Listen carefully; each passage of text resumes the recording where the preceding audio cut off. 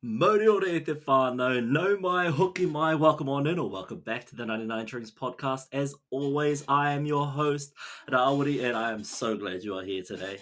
Today, I am so excited because this is one of my good friends, and yes, we did just catch up the other week, but I'm super excited for this episode. So, whānau, without further ado, I'd love to introduce you all to Tasha Burton. Tash, what's good? Hello, thank you for having me. Thank you so much for being here. I'm super excited for this one. For those of you who don't know, Tash and I, along with Ashton, we did our honours together. Kind of, not all in the same raupo, but we were all in the struggle together. There was three of us that were the battlers. Tash was one of the three, alongside Ashton and Massive battler. myself. But before we get into it, Tash, can you give us a bit of a call whānau, who you are and where you're from? Yeah, cool. Kia ora everyone, I tipu aku o ki kirikiri, kei tauranga moana e noho ana I tēnei wā, ko tēnei taku mihi ki ngā tangata whenua o Aotearoa, ko Sue Rawa, ko Gary Okumātua, ko Anna Toku Teina, kia Paki Ahau, ko Tash Burton Toku Ingoa. Kia ora everyone, my name's Tash and I'm from Kirikiri, and thanks for having me on here today. Oh, miharo e hoa, beautiful, beautiful words, and thank you so much for introducing yourself in Te Reo Māori, even though you yourself are not Māori. Beautiful whānau. It's amazing. But again, welcome to the show, Tash. So glad to have you here. As you said in your introduction, and some of the whānau may not have picked that up, but you are now in Tauranga. What's it like over there, and what are you doing there? It's pretty cool. It's pretty good vibes. Moved up for a job working at Manawa Centre for Health as an exercise physiologist and a researcher, working on some kaupapa Māori health research project around COVID and the Māori community response. So that's the main reason I moved up. Flatting in the Mount, living the Mount dream, living by the beach. Yeah, so it's cool. I think I've been here for like 5 months, but to be honest, I feel like I'm still kind of settling into it, eh? Yo, is it like, you know, a top 10 destination for whānau to come and visit? Yes, absolutely. Come and visit me. No, I reckon it is. Yeah, got the mount to climb up and the beach to swim in. Yummy food, yummy cafes. Lots of little towns around and little places, which I haven't actually explored too much. I've been to Te Puke a few times. Oh, yeah. And I've gone up one of the running trails there, but I probably should go out and explore more. Hey, you got plenty of time. One thing I would love to ask is, what drew you to Tauranga? It was my grandma actually reminded me. I always used to say when I was younger that I was going to move to the Mount because she lived there, and like I always thought it would be a cool place. Like, wasn't quite home, was a little bit far away, and it was the beachy vibes. But the reason I did move was for the job, and I kind of really wanted to work at this centre and at this place because it is sort of that, in my eyes anyway, that interface between te ao Māori and exercise science, which were my two interests at uni. So I wrote it down on a piece of paper and manifested it. So what is the significance of this current role? And we'll dive into a little bit more of your two passions through university shortly, but what is, your current role and how does that provide for your community? So with the exercise clinic part, so there's clients that come in and they have consults, sort of make a plan for their health journey. And so my role in that is around helping them out in the gym with exercise and programming, which, to be honest, I'm still learning the ropes because I'm still new here. But I guess the cool part of it is that when they come in, they're not just looking at the exercise in that hour they're in here. It's considering everything that's going on in their life and other aspects of their health. So there's a midi practitioner, blow presso suit. It's quite I guess it's like a cool whānau vibe in here as well. Like, everyone's close and there's lots of banter going around. So the exercise part, that's part of that role. Does that make sense? Yeah, That yeah. question? Yeah. And then the other research part is around kind of just documenting how there was the Bay of Plenty region did a kaupapa Māori response within the community, which obviously worked and served those communities, but because it's provide evidence to the ministry that it worked and went really well. That's my kind of take on it at the moment. Yeah. Like you said, you're still fairly new into it, but Yeah. it seems like you've got a pretty solid grasp of what you're up to. Yeah, I don't know. I just feel like I'm just like every day stoked to be here. I'm like, I'll just do anything. Like, do you want me to go take out the rubbish? Like, no, can you actually do some? Yeah, no, it's cool. It's really cool. I feel like, yeah, that's just naturally who you are. You're always just stoked to be everywhere. You're, as AMJ always puts it, you're a fizzer. Yeah, actually, cool part of the job was getting to go to Te Matatini the other week. I was like, I can't believe I'm getting paid to be here. I was just like talking to people. And so what was your role within the whole time there up at Te Matatini? I was helping with another research project that I'm not like actually on, just went there to support roll out a Māori heart health survey. And so just engaging with people and filling out a survey on an iPad. But yeah, again, it was just talking to people and yeah, so epic stuff.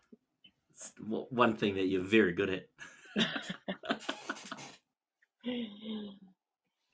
So I think we'll dive a little bit into, your love for sport and exercise, physical activity, and te ao Māori.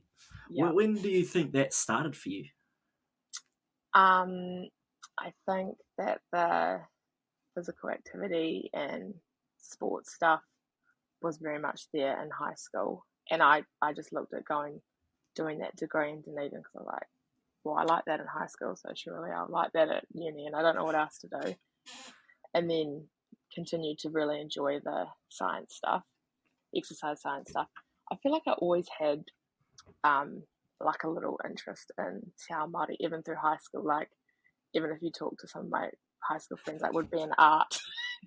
Everyone's like we had to make clay stuff, and everyone's making all this other stuff, and I actually made all these tiki. Yeah. Like, oh no, I was just always super fascinated by it. But then probably didn't dive into it straight away in uni. But then it would have been that second year or third year even doing Anne Marie's famous paper, where I just frothed it, and I was like, wow, this stuff's so cool. But I like both, so I want to do both. Yeah. Or how can it exist, together rather than separate? Yeah, 100%. It's hard, eh? Because you don't want to fuck etsy one or the other. Yeah, for sure. Yeah, we'll just completely separate them. Hard. And so you said it started with that famous 206 paper that a lot of people hear about. You did 206 and 306 at the same time, eh? Because we were in the same group in 306. And 316 with the Te Kōrero practicum. So. That's right. With you were with Royal, Moana, Harms, and Tyrone, yes. Yeah. Oh, Mini Shane. Yeah. Yeah. Oh, and that's when Tyrone and I did we actually all went to the kura, but then Tyrone and I stayed on out there, and that was so cool, being out of the kura. I really enjoyed that. That's right. Those are your Fire Tash days, eh? I love being called Fire Tash. So, all those experiences prior to doing postgrad, how did that connect with what you were doing in the science realm?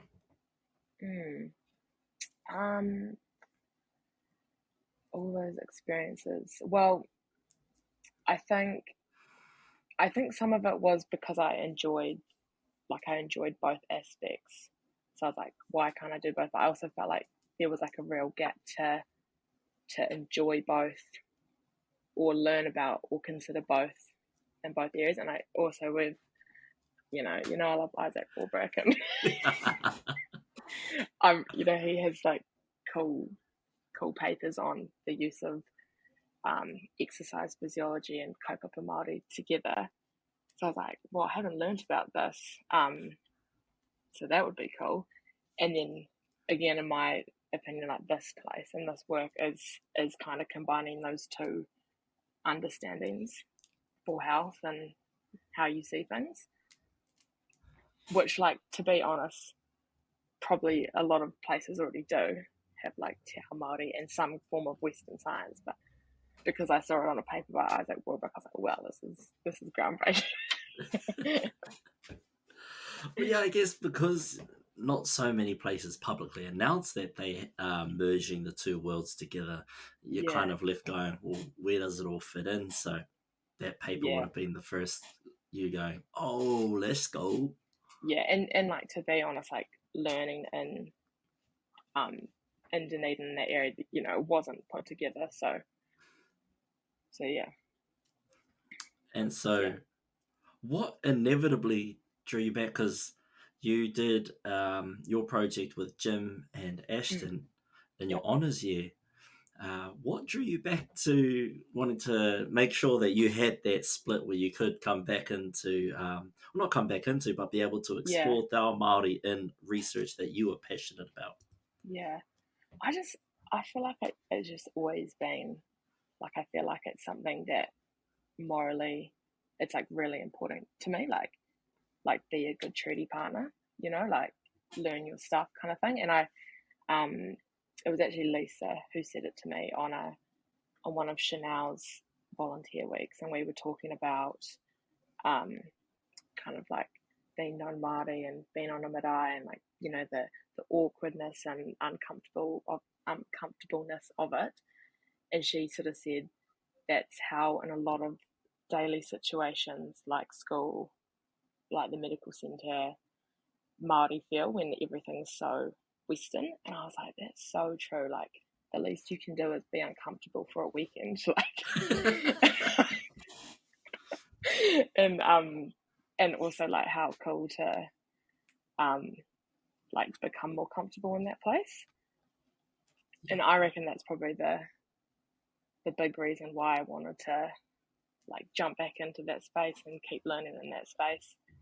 And then I sort of decided from there, after my study, that I'd always want to have a job where I could just continue to learn and be in that space. Because I think if you don't, then you just forget about it, and you like don't keep trying, like, unless you really like wanting to and like learning outside, if that makes sense. But one thing I will ask is, how did those two worlds combine to help you with your master's thesis, which is what, by the way, if you want to elaborate? Which was looking at how kīorahi influences hauora. So that's another thing I was always really into when I was younger, which I think drew me to the Māori culture, was kīorahi. So I learned it at primary school. Really fun game. So sorry, what was the question? How did those two areas merge together in my master's, or come together? Yeah. Well, I guess kīorahi was kind of like the bridge to understand and merge both of those topics. So kīorahi is like it's a physical game type of exercise, I guess. So I was able to use the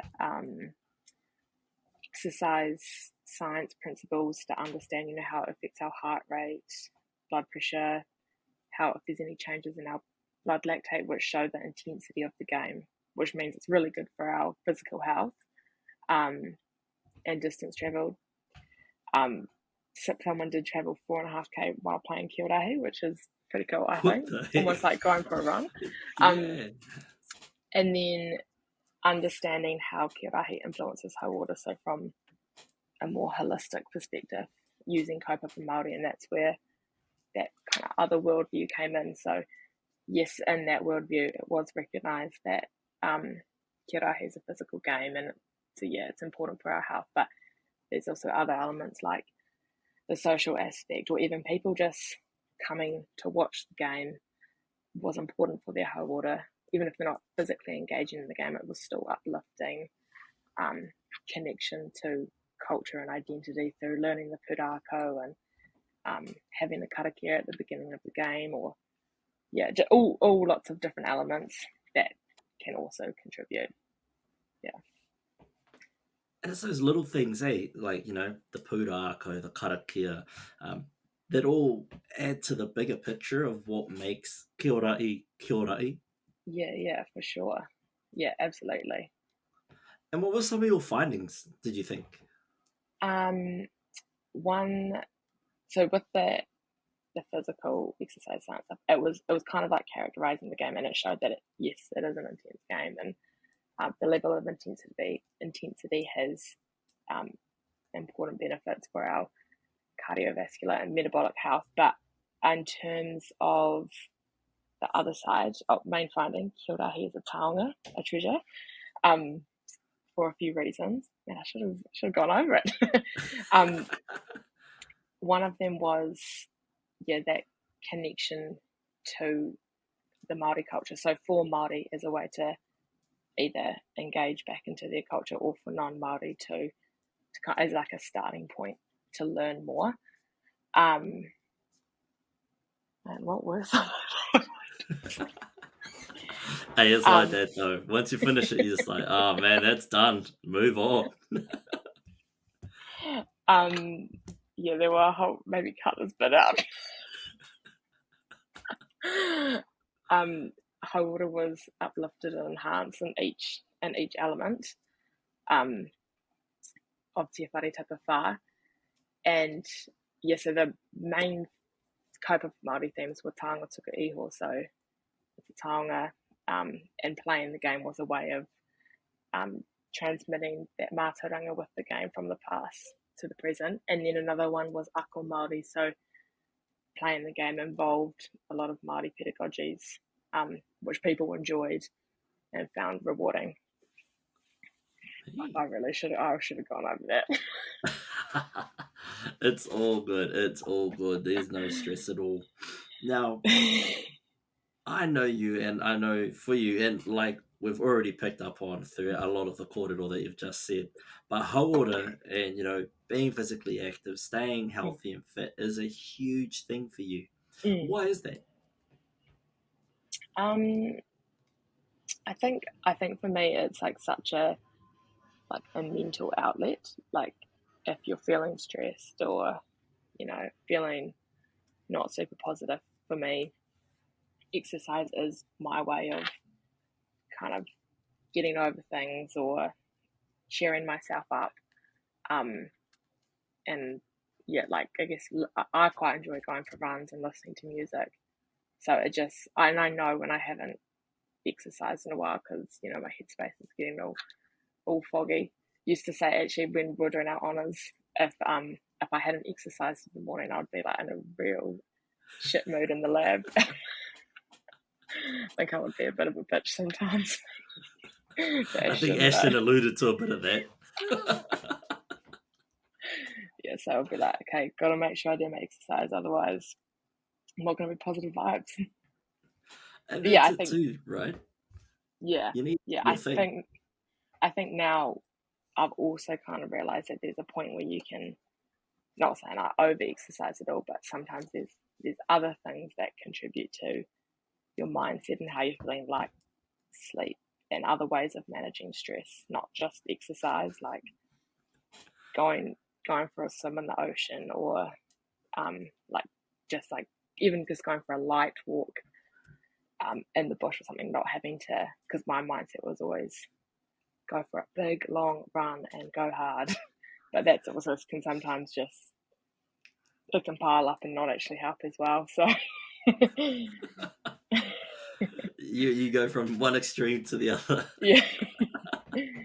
So it's just learning life's balance. Right. Also, what do you think the biggest takeaway for you is then, upon all of your learnings about how to balance, that work life, stress, exercise, too much, too little? Yeah, honestly, I feel like I'm still figuring it out. Still a work in progress. I think I'm someone that really likes to be super busy, and I hate it when I've got too much downtime. But then that's also important. I think my biggest takeaway is sleep is really important. Get your sleep in and just be as busy as you want. Definitely. but then also recognizing that everyone's different for how they go with looking after their health and managing their stress. So for some people, they need that alone time and not social time, and some people need more of it and to be go all the time. Because then sometimes you get caught in that cycle of, oh well, if they're doing that, then maybe I need to do that, and like, why don't I feel like that? So just realizing and trusting what makes you tick, I guess. But to be honest, still figuring that out. Hey, aren't we all though? That's just a part of life. And as we grow, it changes. Like for me, it used to be, I used to just love to just be alone all the time. And then as I've grown, it's like, I feel like now I just need to be busy all the time. And if I'm not busy, then I feel like I should be. And I need to be doing something. I get real itchy and it's got to be left to it now. Yeah, absolutely. Like I almost, this sounds kind of depressing, but I almost don't enjoy like that Christmas holiday break. Like it's too long. Like, like need to get back into work and a good routine. And I know a lot of people would disagree, but I guess it's different though, because like here everyone's working all year and they live for that. And our Christmas holidays isn't a winter wonderland like it is in the States, so it's not a time to be inside and cozy up. It's a time to go out and party. That's why so many people are like, summer's our time. But I kind of agree with you. I just want to work through summer. And to be fair, I have just sort of started the working career, so same. I mean, this is the first summer we've had where we're not like, well, I mean, one of us has finished university completely. The other one's got like a foot in, a foot out. Won't say who's who, but you just take a guess. Oh, funny. Yeah. So, another thing I was going to ask you is like, what's the importance for you, because you're out there doing triathlons. This is going along that whole water line, but you're out there doing those triathlons and bloody marathons. Anything that ends with an on and like finishes with like a day of pain and like recovery. Like, why is that? I think, well, it's motivating to have something to train for and kind of like a purpose. Like, if I know I've got an event coming up, it's like, well, I better actually train for that, and it kind of gives reason and motivation. Then I love doing those events as well. Like normally go and do them with friends or meet, like lots of my home friends are quite keen on those events, so we meet up and do the half marathon, and it's a social thing as well. It's a good weekend getaway. So that's why I really like it. And then I guess I sort of enjoy all that kind of training. Being in Jim's lab group, there's kind of this everyone just kind of ran, like everyone would go for runs. So, running from your problems. Literally. After the lab group meetings, and there's so many cool running tracks in Dunedin, so I think that kind of opened me up to that side of training and enjoyment, kind of wanting to fit in, wanting to be in the crew. Man, y'all are crazy. I've seen you guys running. We did that one we did for Travis, but like there was a few of us that didn't run. We drove there because they'd be waiting a few days for us to arrive. That one where I dressed up as Jim and Elliot dressed up as Travis. Yeah. That was a good time. Those questions were funny, eh? Drew some calf muscles on. Even then, just can't quite capture how No. immaculate his bloody calves are. And for anyone who doesn't know, go take a bloody gym collar paper down in Dunedin, and you will be in awe. The man can't wear jeans. He can't wear trousers. They're too bloody big.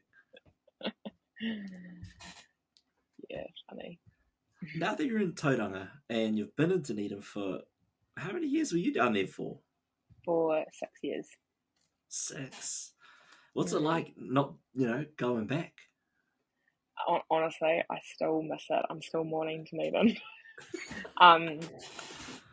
Yeah, I don't know. I really enjoyed my time down there.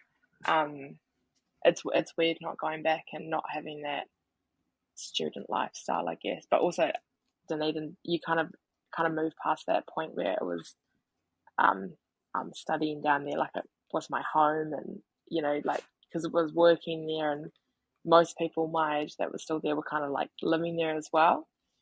It wasn't that kind of casualness of student life, although there were still the good student vibes. So honestly, it's weird not going back to Dunedin, and I've talked to a lot of people about this, how much I still miss it, and a lot of people have said you need to get over it and move on. I kind of have this feeling that I will move back there one day. It is a beautiful place, eh? And the people there are amazing. Yeah, I think people think I just miss the student stuff, and like all my family, you just miss the drinking and going to the Oxygen, but it's actually the place and like all the running tracks and Te Kōrero and Unipole and my good friends that still live there. I was going to say that, like Te Kōrero, like before Te Kōrero, I couldn't wait to get out of Dunedin. Yeah. Like I was ready to be on the first flight up out of there. But then once getting into Te Kōrero, it was like, man, I could stay a little bit longer, and I stayed a little bit longer. Yeah. And they just make that place a home, I think, because you connect Absolutely. with Brennan and Susie out in Karitane, other communities around Dunedin. You're well known. You link up with all the students that come through for those what are those year 10 science things that they do. Yeah. So a few of the kids in the community, and they remember you too when you're walking around down there. Yeah, and all like the kia ora in schools as well, like that kind of thing. Yeah, but I was thinking this morning actually going to Otago was it was almost felt like it was only my second time going, but kind of felt homely, like seeing everyone, and then watching the interns today on the Zoom link. I feel at home. Even though I would have been shit scared if I was doing a presentation. I wouldn't have felt like I was at home. Hard out. And like you said, like when we were in Otago last week, or whenever you're listening to this, we were there a few weeks ago. But we were there to celebrate Dr. Terina and her amazing accomplishments. But like Tasha said, it just felt like we were coming back for a whānau reunion, seeing everyone again face to face. And it was pretty much like the whole crew was there. Yeah. Like we brought back Uncle Tu, all the regular PhDs were there, minus Inano, who's over in Rarotonga. But she was there in Wairua, guaranteed. But what an experience, eh? That was so cool. And I love how seeing everyone, like it doesn't change, Like seeing Te Kahurangi, I just was like, I saw her yesterday. You still were joined at the hip for how long? For at least the first 15 hours. I know, we were just lying down in the marae, and we didn't know where everyone went, and we were just having a good catch up. He probably just wanted to give you two some alone time. Hear all the life updates. Yeah, no, it was so awesome, and such a cool experience getting to watch that and see that. Did that motivate you to want to maybe do a PhD anytime soon? I don't know if it did. It made me want to go to more of PhD oral defences though. Hey, exactly. I'm like, I will come back for everything. it more motivated me, like, I want to stay in Te Korenga, you know, like, keep my fingers in there.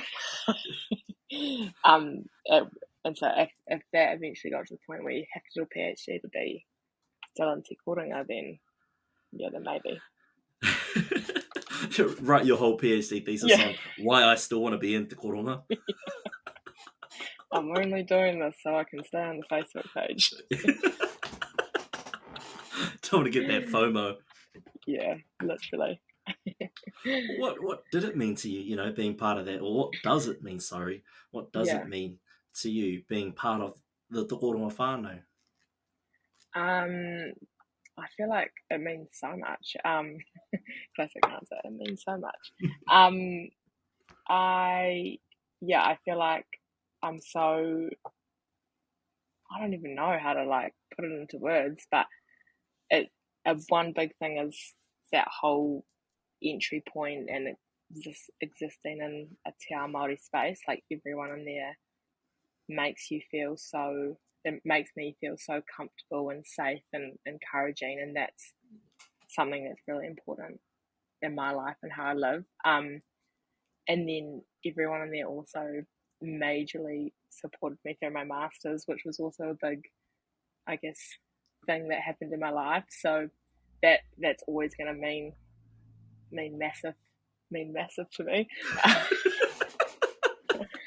But yeah, it's just the vibes as well. Like, it's just the people that you can that you hang out with, and you just laugh and get ripped out, or you know, on the occasional days you leave and you feel shit and you've been ripped out and you question your existence. No, I'm just kidding. Man, you trying to get me cancelled? No, I was kidding about that. For the whānau at home, I used to press Tash. We used to give her a hard time. Oh no, I was actually saying this to Ashton that it's like the same at my new workplace. I'm kind of the one that gets ripped out. I told you it's you, man. You just give off like pick on me vibes. It's funny. Yeah, even Anne Marie like low-key said the day when we went to that to get that brownie after at Eureka. Remember that time like she like roasted you a little bit for that time you like stayed over at the Highlanders when everyone else went home? And everyone spoke te reo Māori the whole time. But I did get to have a noho with all the Highlanders. Well, not all of them, but yeah. How'd that go for you? They slept on one side of the marae, I slept on the other side. Oh, heck. Nah. But what I love about Te Korenga is the fact that they make like excellence accessible. So coming through, like you see like the likes of Charles Tirina, Dr. Tirina, soon to be Dr. Ngahui, Dr. Chanel, Professor Anne-Marie Jackson, you know, Benja, even two back then. You look at all of them, you're like, they're all these like up there as people. I'd never get there. All goods. Yeah. I'm just happy, you know, to get my degree and bounce. But then as you sort of get to know them a little bit more, and especially my time through PEMA, you're like, man, so you can like just make it happen. They're like, well, we don't. AMJ makes it happen. Yeah. We just have to fulfill it. And so I'm like, far out. That's so crazy. And yeah, Te Korenga really does make like academia accessible. Yeah. It removes that whole you've got to be onto it tohunga kind of fella to even think about getting a PhD or think about getting an honours or a master's. Yeah, so like you kind of go through that like, you know what, I'm not going to be able to get it to this Te Korenga standard, like I just need to submit, and then everyone is just there helping you so much.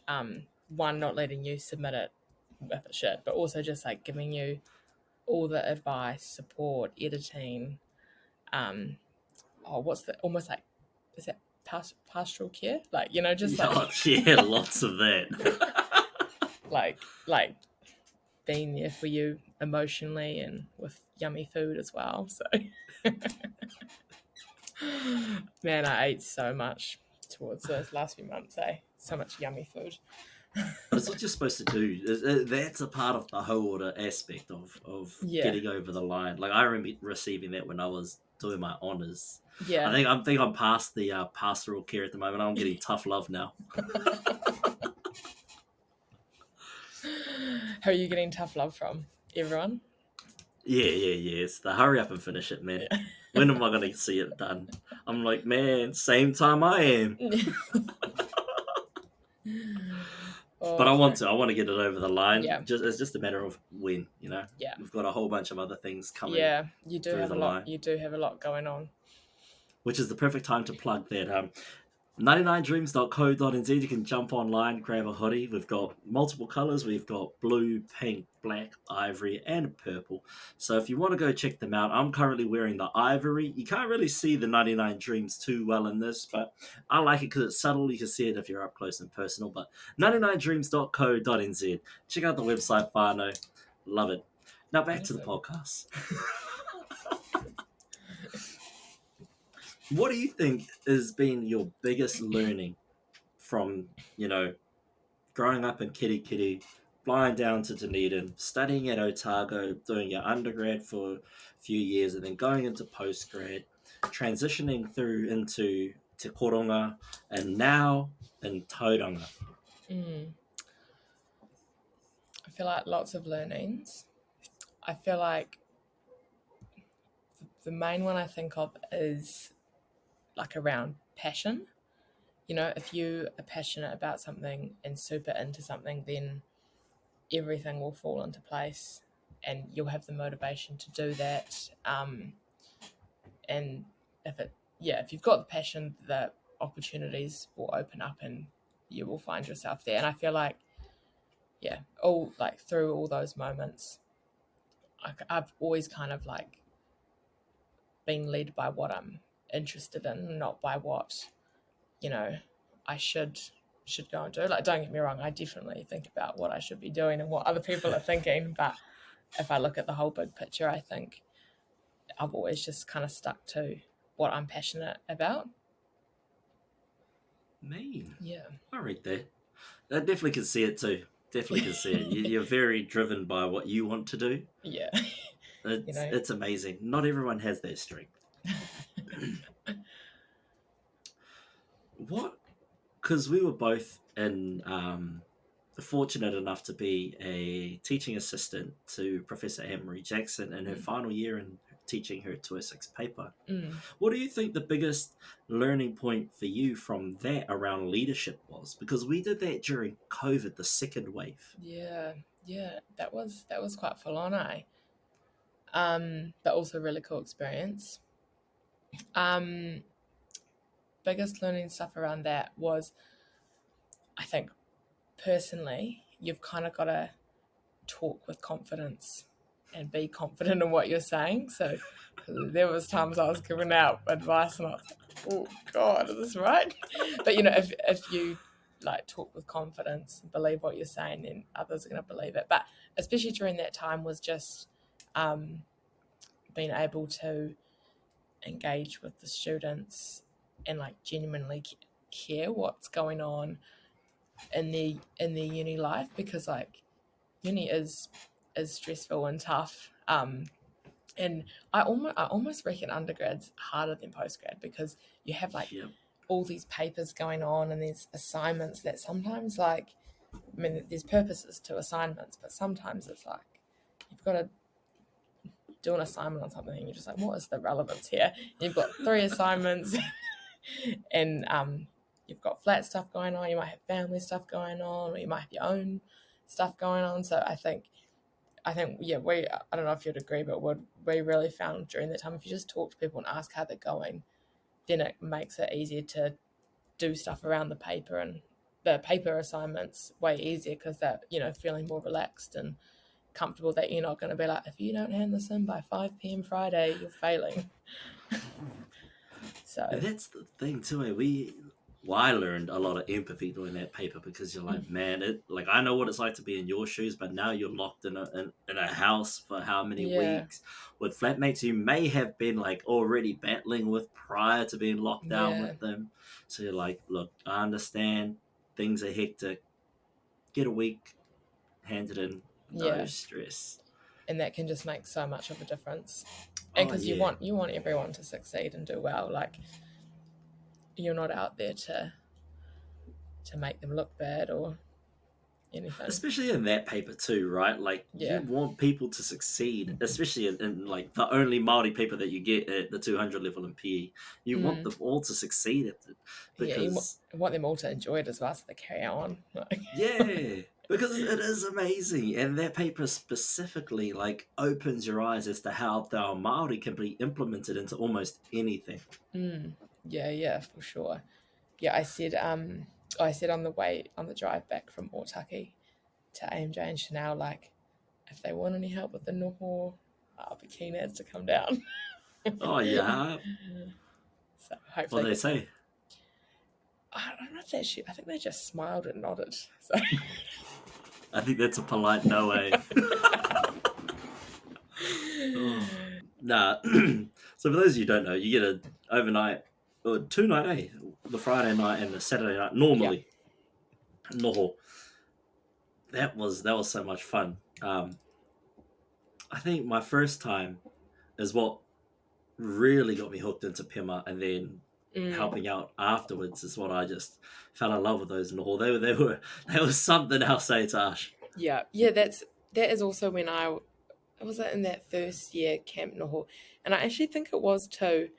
And he was doing all like the fun whanaungatanga games, and I remember thinking, one, this is really fun, but also two, like, imagine if I could, like, help out at a noho one day and like lead out on these games. But you are definitely the person that leads out on the games, but like but it was like, that was kind of like another little goal, like how cool to kind of become part of that kind of group and support that.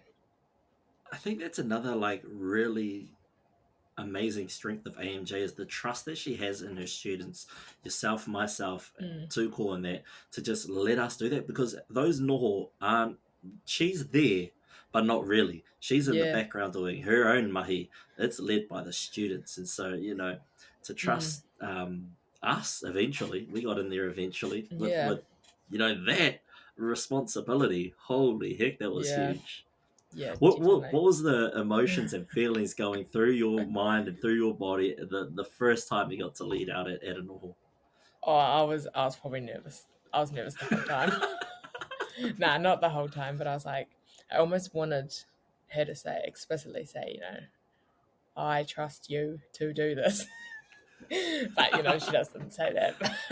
I think it's more of a cool feeling at the end of it, like in hearing if all the students enjoy it. And but most of the have been great. I remember my first few times leading out at noho, I was just shadowing. I think so. Your first noho, where two led out on all the games, I think I had to be his assistant at Kiorahi, just running the med pack around. But there were so many people rolling their ankles and that. I'm like, what are you up to? If you're injured, just sit down. But getting stepped by Charlie, who was like, probably 9 at the time. Yeah, I think it would have been. I probably could have done some more shadowing, to be honest. Well, by the time you got there, I'm pretty sure it was like that was it. We are the ones giving the shadow now. Yeah, that was all good. That was cool. That's the thing. You've got everyone, like, you're not actually doing it on your own anyway. So. Oh yeah, hard out. Yeah. Like, you've always got so much support. I was lucky enough to come through with Benja and them and follow them around for a few years while I was in Pema. Yeah. And honestly, to be honest, Te Kahurangi, she did a lot of She's solid. Got it down packed. Yeah. She is solid. She is a kaupapa girl. She used to go to all the hui back in the day. Yeah. Oh man. Anyway, so she knows how to run it, and she knows how to run it effectively. Yeah. She definitely does. Keyword effectively. Without interference. Yeah, I always just said her, you tell me what to do and I'll do it. Yeah. Nah, she holds her own. She gets shit done. Fine, no. Yeah. I'm more of a just if I can get a laugh and have some fun, that's me. I'm done. That's my role at the noho. Yeah, for sure. Tash is the queen of kiorahi. That's her role at the noho. She's got them outdoor activities sussed. So, looking ahead, what does 2023 look like for Tash? Well, I think a big part of it is still learning and adapting to the new lifestyle in Tauranga, and I guess like the working life and stuff around my job. I think my job still, which I really am grateful for, is like still involves a lot of learning and like to do on my own as well, which is cool. So I'm gonna do my clinical exercise physiologist registration. So I need to do some more study on the side around that physiology stuff, which will be good. So I need to get on top of that. And then it's really cool because the project I'm working on, I'm doing with someone else who is way more experienced than me, but like have already learned so much off her. So all in that area, kaupapa Māori, te ao Māori, there's so much more to learn as well. So, a year of learning. But yeah, I mean, something else big going up. Got tickets to go to Sydney to go to the State of Origin. So yeah, so up the blues. So that will be cool. And yeah, just continue to work on my health and fitness.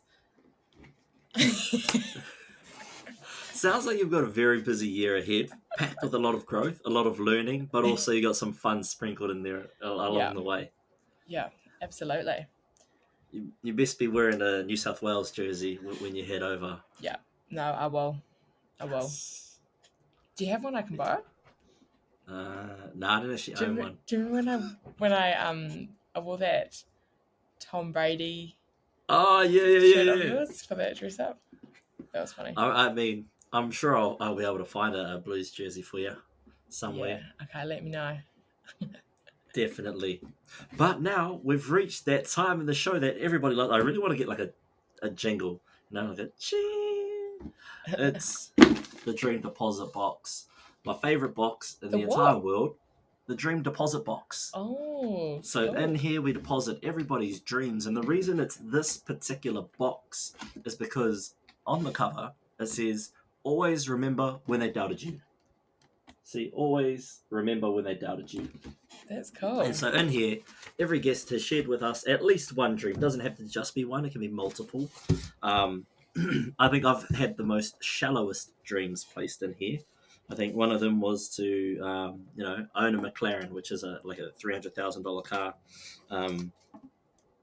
I hope to write a book one day, not my thesis. I did write, though, recently to complete my master's thesis in 2023. Nice. So hopefully we achieve that. Good.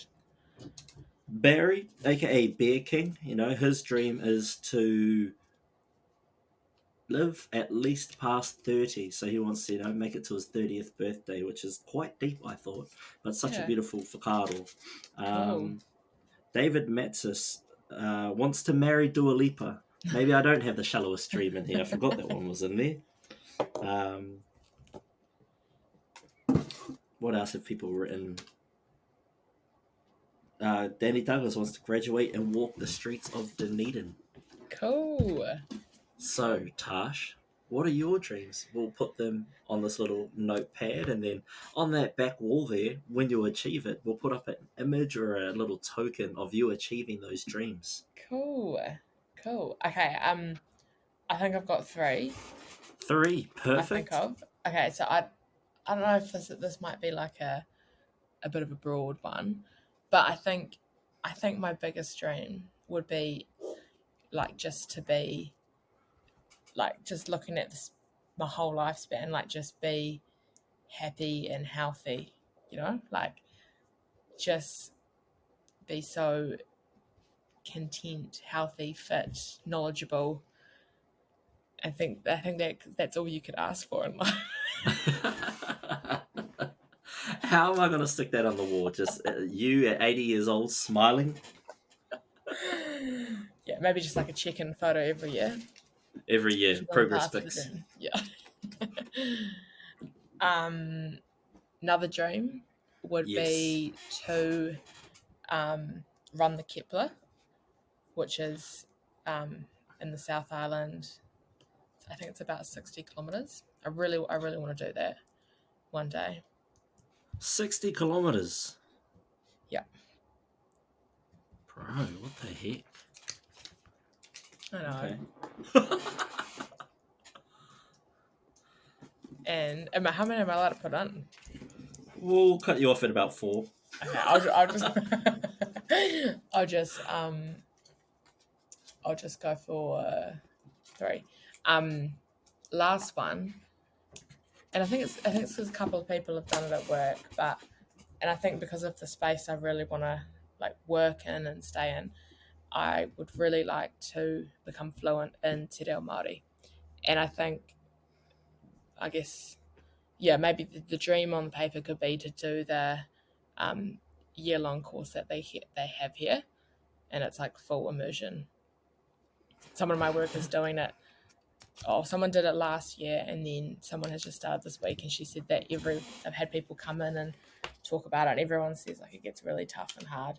But then there's been examples of people that have like no reo at all and get way better. And I reckon that like you can have the right intentions and want to work in a Māori space as a non-Māori, but you got to learn the language at some point. Hard out. And that is a beautiful dream. I think with that one, take a photo of that certificate once you get it, put it up there, and maybe write a little mihi in Te Reo Māori. Yeah, cool. Oh, that's awesome. Cool. I love that last dream. And one thing my uncle says, who did his whole bloody PhD on the revitalization of Te Reo Māori, is that you are fluent already in the words that you know. So it's just about increasing fluency in the words you don't. So you are already fluent, and you should be proud of how far you are because you are fluent in the words you do know. It's the words you don't know, but you can't be mad that you don't know words you don't know because you don't know them. That's cool. Always be proud of where you are in your journey. Even if you think that you're way behind others, you're still ahead of other people, and your own journey is your personal journey. So yeah, that's my gift to you from my uncle, was that you're always going to be fluent no matter where you are in your journey. Oh, cool.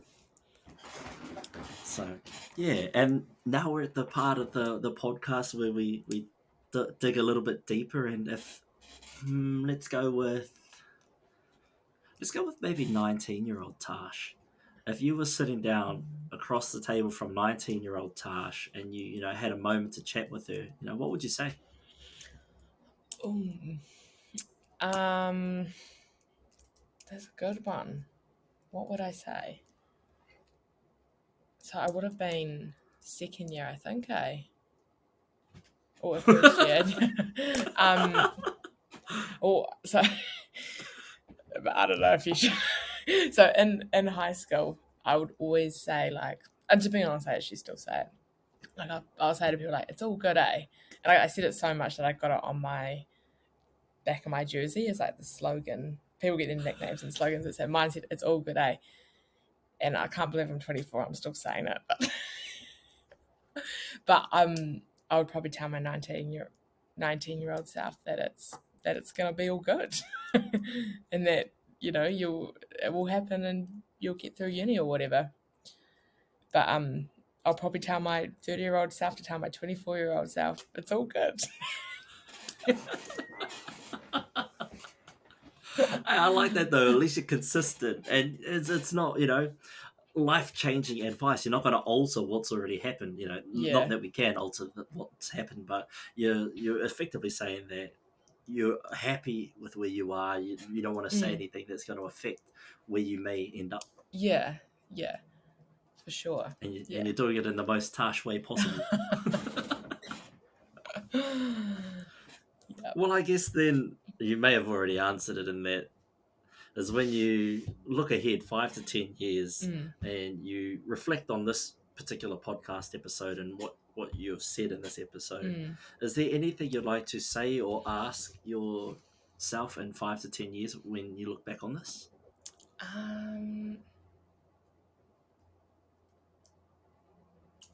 Man, I should have asked you to tell me these questions and I could have really deeply thought about it before. Jack said the same thing. Yeah. Probably, yeah, like, are you, it's asking my future self, you know, are you still doing what you love? Are you still kind of like living for your main purpose, or are you, you know, because if you're not living for your dreams and your passion, then change that up. But, you know, obviously, like, other things come into play, then you sometimes can't always just follow your dreams and do what you want. Or can you? You know, we're on the 99Dreams podcast, so. Look, anything can happen. It doesn't matter when, doesn't matter how, you can just make it happen. You don't have to achieve your dreams overnight. And if you find yourself stuck, you can always leave that and try something new. You don't, I'm not saying, you know, if you're not happy, say hypothetically, Tash, in 5 to 10 years you're working at McDonald's and you're unhappy and you've got nothing else to do and you're like, I'm quitting this job and, you know, I'm going to find something. Maybe don't do that. Maybe find a job first and then quit. But what I'm trying to say is that anything is possible. If you want it to happen, if you really want it to happen, put a plan aside, make it happen and achieve it. Because the only thing that stops you is yourself. So I reckon, nice words, Tash, in 5 to 10 years when you're watching this again, just do it if you're not already doing it. And if you're already doing it, proud of you. Thanks. What would you say, like, if 5 to 10 years from now Tash isn't in the space where she's, you know, happy and thriving, if she's in a rut, what's something that you'd love to say to her now with the perspective that you have currently to try and shift that focus? I'm sure it's not going to happen, but, you know, it might be refreshing to hear in the future. What would I say? I would say get outside, go for some in the ocean, do some exercise, write down everything that you're grateful for and everything that's good in your life. Oh, actually, and then I would say, because I actually just saw this on Instagram, write down on one side of a piece of paper from a time that you're really happy, or, you know, life's going good and everything that was going on. So what were you doing in the morning? What were you having for breakfast? Who were you hanging out with? What was your daily routine? Then on the other side of the piece of paper, write on what's going on now and see where you need to fill in the gaps or what changes you can make. That would be my advice. Beautiful advice. That's amazing advice. I feel like that's something I could do now, you know, just write that down and put it away somewhere and then just come back to it. But yeah, because like it's easy to think back to, oh, so happy, things were so good at this time, and think about, you know, some things you can't change, you know, circumstances. That's just tough luck. That's just life. But hey, as long as you can sort of get yourself into that mind frame of look at the positives, look at where you were, let's try not replicate that, but let's try and get back to that same feeling. Yeah, no, absolutely. And so as the clock starts ticking on and we start winding up the episode, is there anything you want to leave the whānau with, the 99Dreams whānau, as we begin to say goodbye? Just buy Rawari's merch, you know. If you're looking for the place to go and find it, whānau, it's 99dreams.co.nz. Go and check it out. No, great plug. No, I don't think I have anything too inspirational to say. Just thanks for having me on and letting me chat. It just felt like a catch up. It really was, but there's so much little nuggets in there mixed throughout it. I'm sure people at home are going to pick up on a lot of that and be thankful for it. And for the whānau at home that are looking to find Tash, where can we find you? Where on social media are you, or where can we find you in Tauranga? Up the mount at 6 a.m? Well, actually, I am doing one of my goals for the year is running up the mount 52 times. Oh, So nice. Well, need there to you do go, that whānau. once a week, but I'm 3 weeks behind, so. Well, there you go, whānau. This is your best shot is finding her. Is she'll be up that mount at least one of these days this week. But no, my Instagram. Oh, you'll probably tag me, won't you? I'll put it all down below. But I just if I miss it, just in case I miss it, I really don't. Tasha_Burton. There we go, whānau. So go hit her up. Lovely person, kindest person you'll ever meet. Even if you do want to roast her, I mean, it's pretty hard not to. But we love you, Tash, and thank you so much for coming on the show. Thank you for your time there, Hoa. Thank and to you. everybody else, thank you so much for listening in. This has been Tasha Burton on the 99Dreams podcast. I'm your host, as always, Rāori, and until next time, whānau, ka kite, stay safe.